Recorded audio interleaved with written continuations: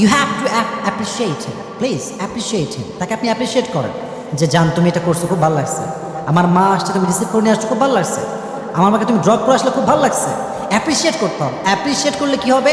স্বামী আরও ভালো কাজ করতে উদ্বুদ্ধ হবে, ঠিক কিনা বলেন?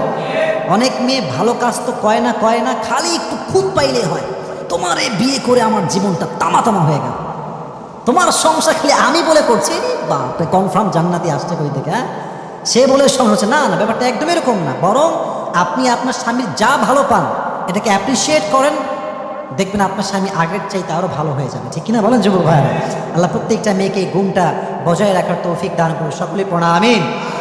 6 নাম্বার, স্বামীর সঙ্গে মাঝে মাঝে আড্ডা দেওয়া। এটা খুব সুন্দর একটা গুণ একজন স্ত্রী।